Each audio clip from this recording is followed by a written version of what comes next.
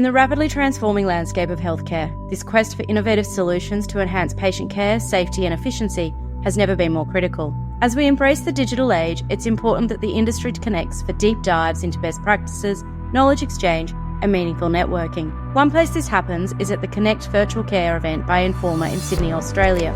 It's 2 days across 3 distinct but interconnected conferences: the National Telehealth Conference, the Medication Safety and Efficiency Conference, and the newly introduced Hospital in the Home Conference. They each focus on crucial aspects of virtual care, from the intricacies of telehealth to the nuances of medication safety and the revolutionary models of home-based care. At this event, Pete caught up with a speaker from each stream of activity to capture the essence of the discussions that were held at this awesome event, to bring you this podcast episode today. And in this episode, we talk about lessons about implementing healthcare technology at scale to serve all populations at scale in the NHS, user-centred design in medication safety and efficiency, and the effective use of hospital-in-the-home services to deliver healthcare outside of hospital walls. Collaboration starts with a conversation, Team HealthTech. Let's make it happen. Welcome to Talking HealthTech, featuring content and community about technology and healthcare.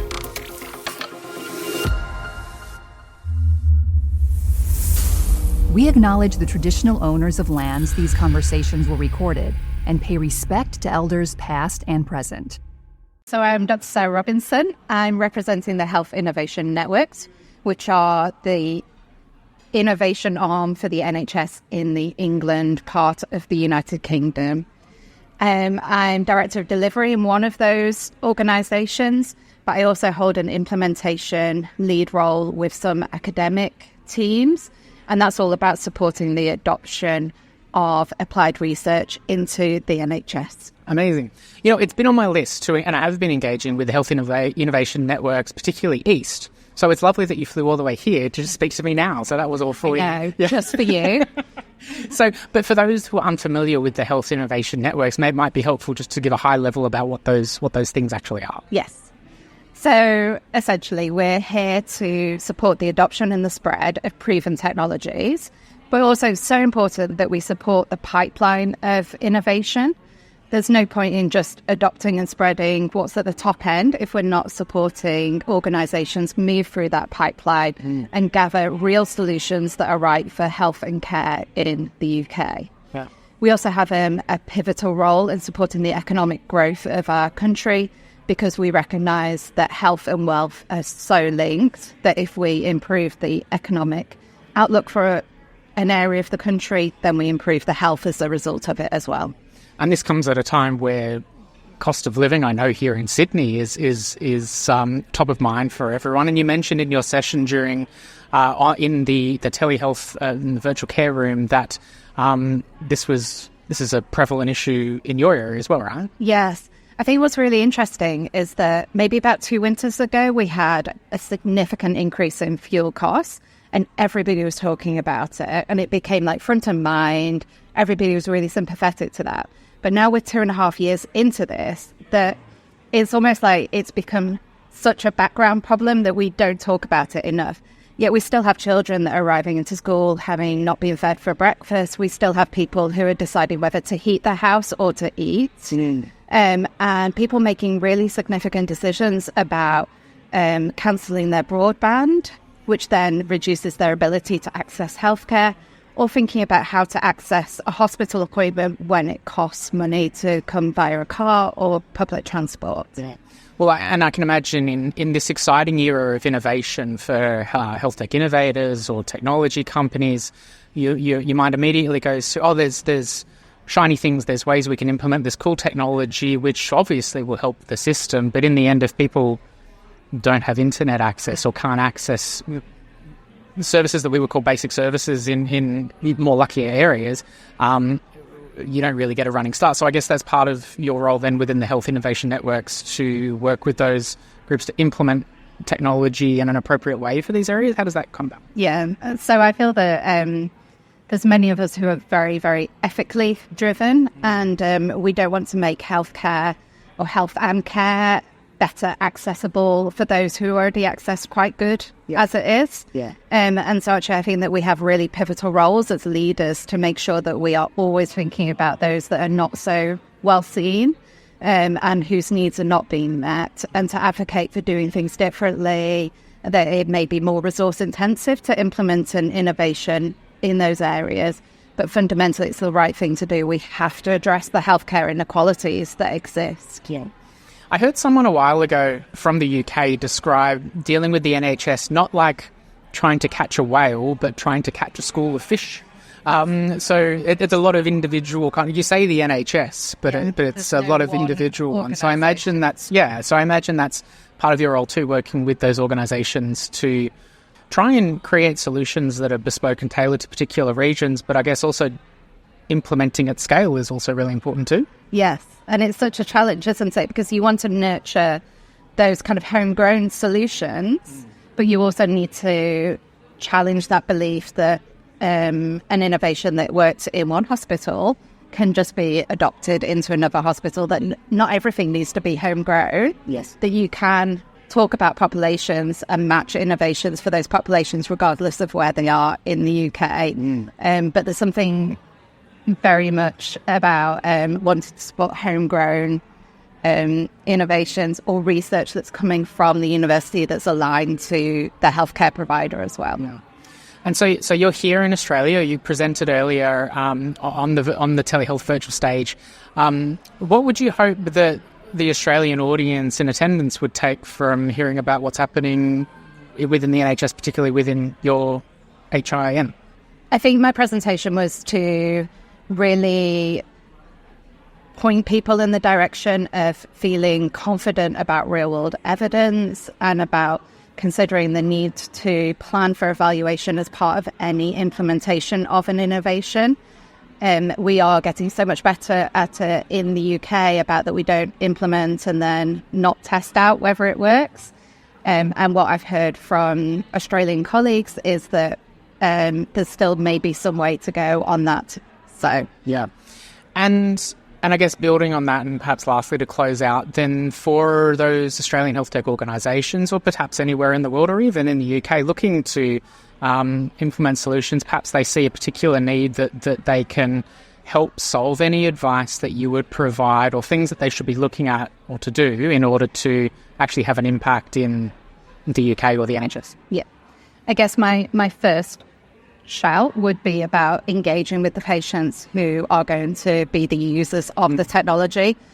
Or the staff who are going to be the users of the technology. Often we find that solutions have been developed outside of the context of health and care and the populations to which they're going to be used. Yeah. And then we miss something really pivotal in that design journey. So I think that is really important. Mm-hmm. We know what the priorities are for healthcare in the UK. So to be designing solutions that support those priorities and to be thinking flexibly about the interoperability of those technologies into our very nuanced and very fragmented digital systems. Yeah. Any other observations you've made in relation to, say, the Australian healthcare systems and, say, the UK? You mentioned a word that comes up regularly around interoperability and the fragmented nature of healthcare systems. Are there things that either side of the country can learn from each other, or things that you've observed, Carl? That's really cool.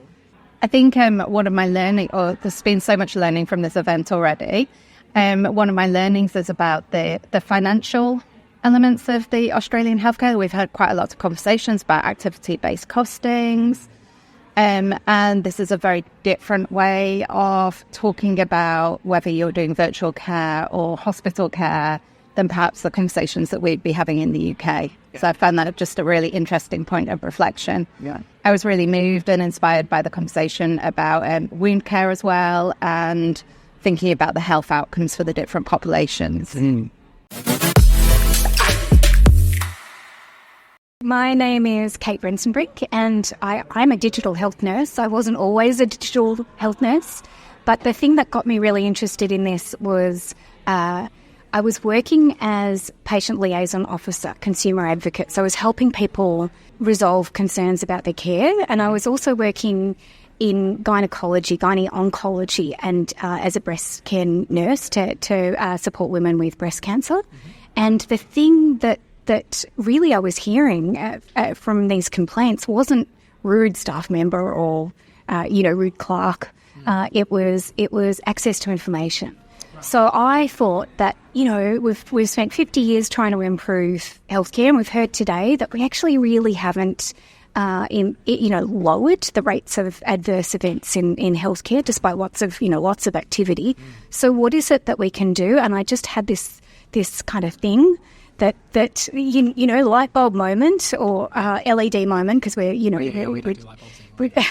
which was share the information, like give it to consumers. They absolutely have a role to play in the safety and the quality of their healthcare, because they're often the only continuity.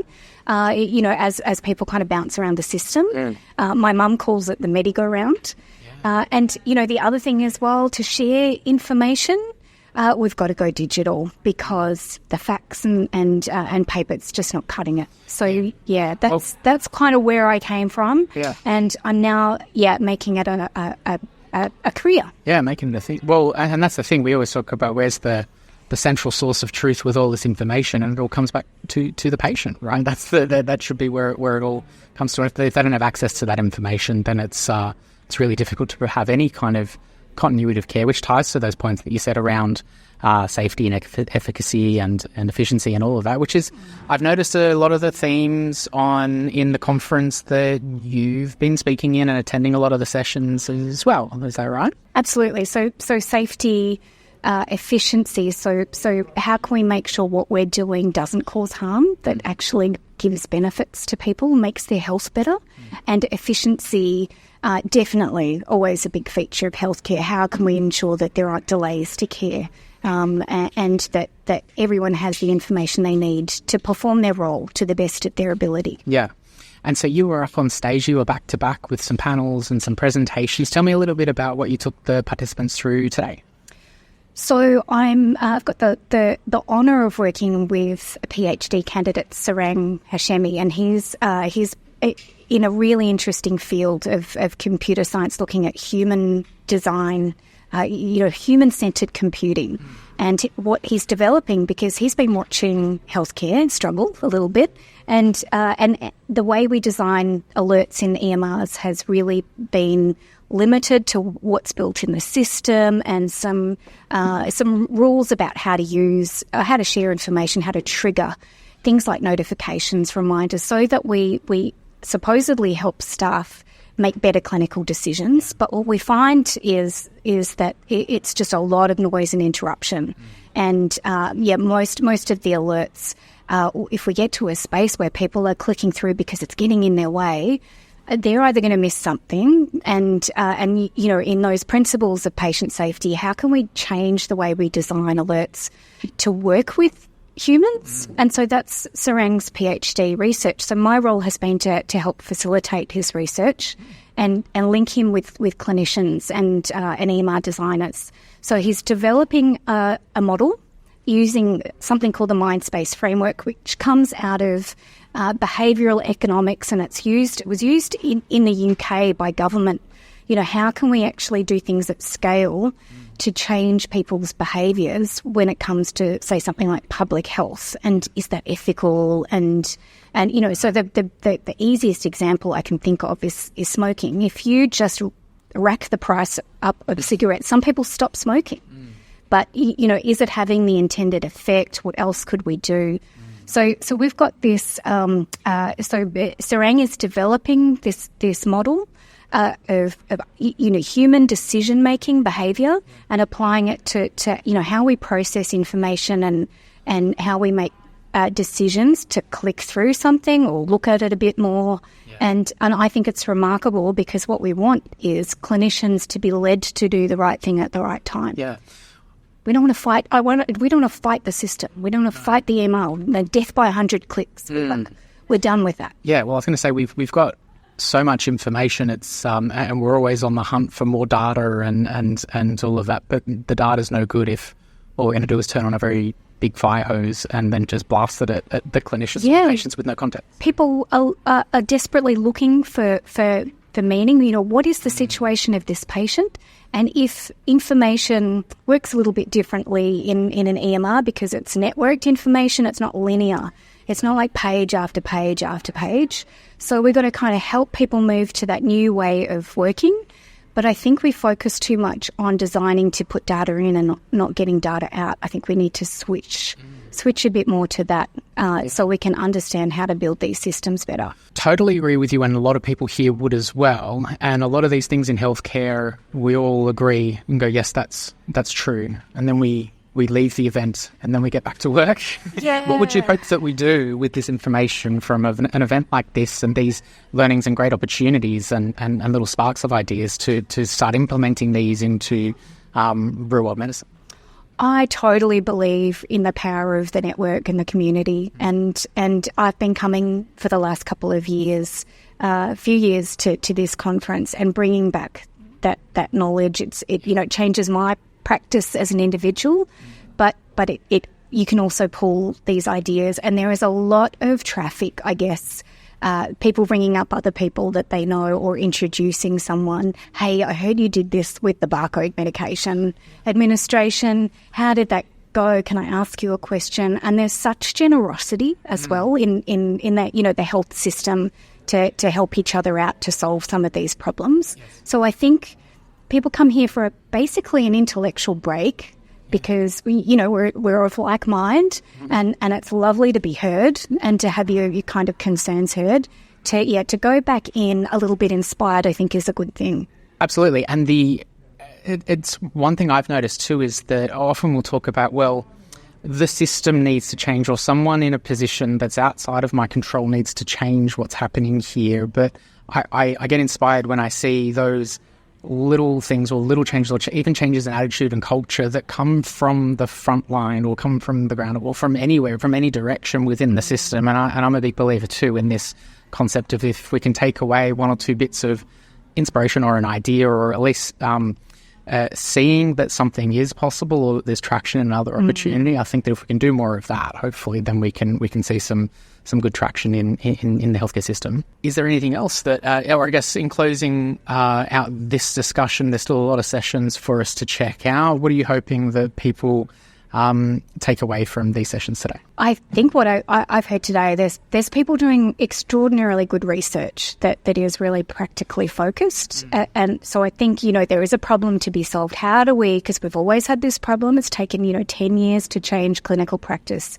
even though the evidence is there. So how do we speed that up? And I think everyone coming today, self-selected audience really, we are champions of change. So going back into our workplaces to keep those conversations going, patiently, or just so that we can spot the opportunity when it comes up. Because that's worked in many cases for me as well.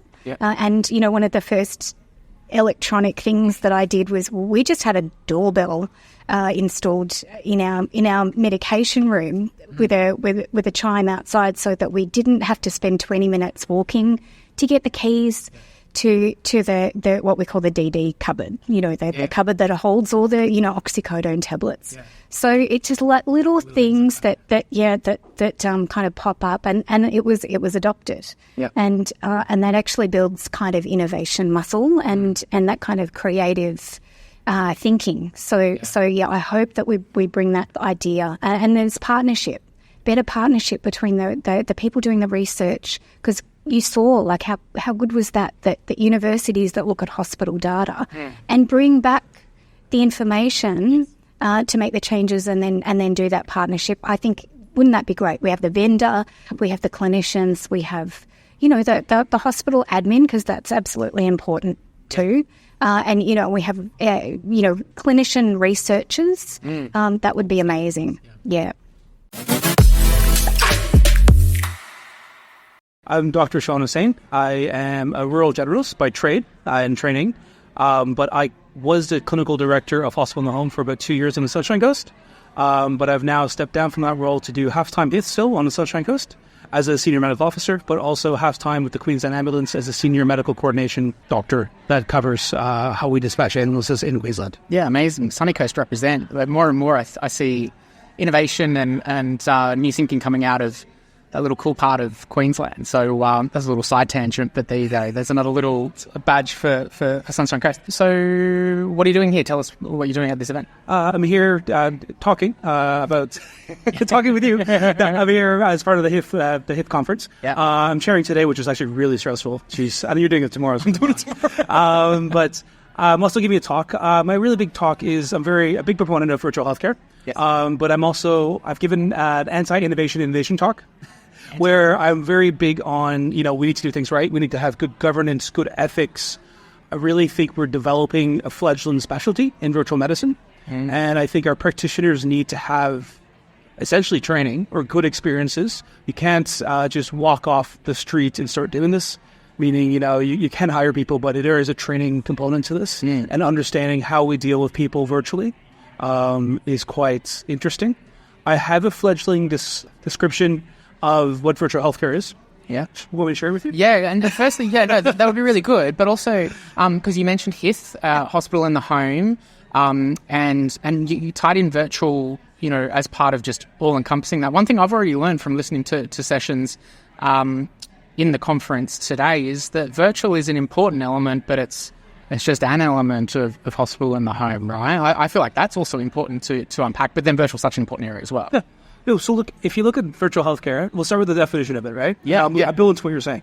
So I see virtual healthcare as being healthcare that a practitioner practices that works from face-to-face to video, to telephone, to then you could even get into text-based communication. And it's the practitioner needs to know, or the service needs to know how to use each modality when they need to. So I can take a patient with a simple infection, and like you think of your GPs. You go in, I've got a bit of a cough, they give you some antibiotics, come back and see me in 3 days and you're not getting better, right? There's no reason that can't be done. And that's essentially still virtual, because if you get worse, you come back. So, we do see patients that we put onto HIF, which is an admitted virtual ward, okay? And we manage them. We have nurses going every day, giving them antibiotics, IV antibiotics. And then, there's the opportunity to talk to the doctor. And if there's any issues, there is that medical governance that, at 3 days, we're reviewing and seeing how they're going. And, generally most, if it's a simple cellulitis or skin infection, we can get them treated within 3 days and have them discharged. Yeah. And so the way I see virtual practice happening is being able to use between those modalities. And look, if they're doing so well at 3 days and they're not going the way I like, and we are getting photos every day, that's another sort of, how you practice. Yeah. We bring them back because it's safe care. Because if you fail to actually care for your patients and do the right thing, I think we'll actually end up running into a lot of issues. And I think we have seen that happen in other sort of areas. Well, yeah, like virtual, so much more than just the telehealth consult, trying to replicate what happens in an in-person consult, but on a Zoom or even on a phone call. Something that you mentioned as well, which resonated with me, is that there's not one modality to rule them all, and being able to adequately resource and have those options and the choice available to clinicians and patients to be able to have the right care at the right time in the right setting seems pretty critical. And from the sessions I heard within the hospital in the home stage today, that kind of came through a bit as well. What other themes and topics have you seen on the stage? And I need to let you go back and moderate the rest of the afternoon, but what's come out of it so far? You mentioned governance came up a few times. Yeah, that's come up a few times. They're talking with standards again, especially with the private insurers. How do they guidelines that they follow? How long do you keep someone admitted and you keep paying for it? I think sort of funding has come up. It was a really interesting topic that came up but hasn't really manifested was the workforce. Yeah. And there is, and like I said, you can't just sort of walk on and do it. You can, but you need supervision and guidance. But we have seen, I've had issues when I was director trying to even recruit workforce for hospital in the home. And so I think that's another theme that may emerge tomorrow. Yeah. But I know that it has been mentioned by a few, the virtual hospital people were also, she mentioned that as well in the first talk today. Yeah. Well, and two, I've heard people talk about one benefit of, say, providing, virtual hospital is that you've got potentially an opportunity for a workforce that may not be fully capable or comfortable providing in-person care can then do that. But that kind of paints a picture of, and that's certainly true to an extent, but it kind of paints a picture of, well, that's where, the people go at the end of their career and kind of seeing it out. But it sounds like then the virtual care hospital and home is a you're kind of alluding to, it's a profession and specialty in itself on the virtual side. So it involves enabling the workforce to be able to do that kind of stuff. And that's where the whole digital tools come in, because you sort of like APRA sort of said, we're not going to regulate telehealth per se. They have put out a guideline now around telehealth, but they were saying, we're not going to necessarily regulate it because that's like a stethoscope. It's a tool. We don't tell you how to use your stethoscope. And so I see the virtual health practitioner having to be very savvy with how we use telehealth. And again, it's a face-to-face to telehealth to phone. How we use remote patient monitoring, which I love talking about, but we do another talk about that another time. We'll leave that. Some suspense. Yeah, we'll be having a lot of threats. Or AI, don't get me started on AI. These are all digital tools. They're tools. That's all there. It's an algorithm. We need to actually understand and have someone. You can't blame the robot. Yeah. You can't blame, and so I think those are other emerging topics in digital health that is part of virtual health practice. And I think the doctor that practices in virtual health has to be able to understand that. How do you use these limitations and when to use them? Yeah. And I said this earlier too, that one of the key concepts I want people to get away from this is that we're providing high value, patient-centered medicine. I don't care about the bells and whistles, but I want people just to do good medicine. Yes. And that's all I really care about, because I've had people come, you can do this, and I'm like, look, but I still just want you to care for the patient more or better at a high level than worrying about other things. Yes.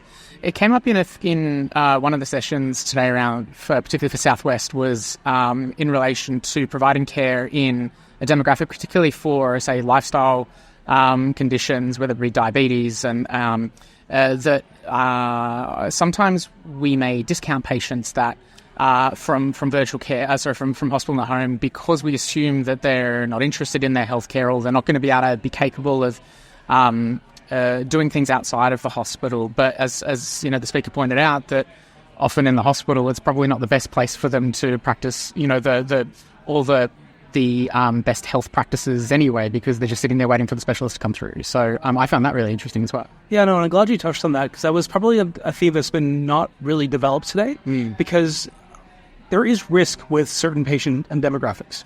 We haven't really seen a lot of data on Indigenous HIT ones.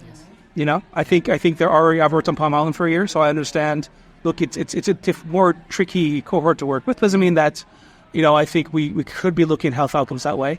But, if you look at this as a complex patient, they unfortunately will come with a higher risk. That's unfortunate. Some patients ended up with having poor outcomes of diabetes because, unfortunately, they just weren't as health literate as we'd expect. There's no blaming. I think they should have access to the HIF model. But I think it's also it's a care journey together. Yes. And I don't like some of the paternalism that comes through sometimes from our specialists, or sort of like this, get V to here and there. But, I like joining the patient along their journey and guiding them. Yes. And they make informed decision making. Yes. Because I've had patients that didn't want to come back to hospital for X, Y, and Z, and then how do you deal with that? And then some people go, we're just going to discharge you. Yeah. And, how do you deal with discharging against medical advice in a virtual admitted ward? That's another interesting topic. Yeah, absolutely. So you did touch on some things that you wanted people to walk away from the conference with. I found it interesting sitting in some of the other conferences. It's, the pharmacists were over here on the medication safety side, those in the hospital side, particularly in a couple of people mentioned preaching to the converted in the hospital and the home.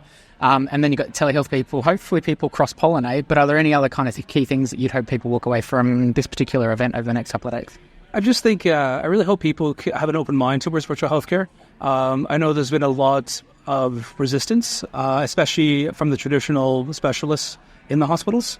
I think we've come a long way since, 3 years of me being the director and such. And I think we are going to continue to have momentum, but I want us to be cautious around how we move forward, and that we build it correctly. We've seen a lot of things where we build an incentive. It's called the Cobra effect. Have you heard that? No. Oh, good. It's in my talk tomorrow. But okay, I will check it out. Well, I'm moderating that. I gotta tell you, time so. It's interesting. So, as a health innovator skeptic, let's use that. It's neurology. Yeah. There's this thing called the Cobra effect. It's actually quite interesting. It's where back in India they had problems with cobras, and so they said, "Look, everyone that brings us a cobra, we're going to give you X amount of dollars." It was a reward for it. What happened was people started forming cobras. Right. So if you put an incentive towards things, you may end up with things that may not necessarily be of high value. And, you can, I don't believe in hospital avoidance anymore. I believe in patient-centered care planning, and this is part of my talk tomorrow. And I think just having, understanding sometimes we put when we're planning virtual healthcare going forward, I don't want us to put incentives on things to build things that will not give us high value care. And I want us to be aware that, we're moving forward, but we're going to, we're building, if you throw RPM into everything, or AI, does that mean, is that going to be high value? Yeah. And because we could doesn't mean we should.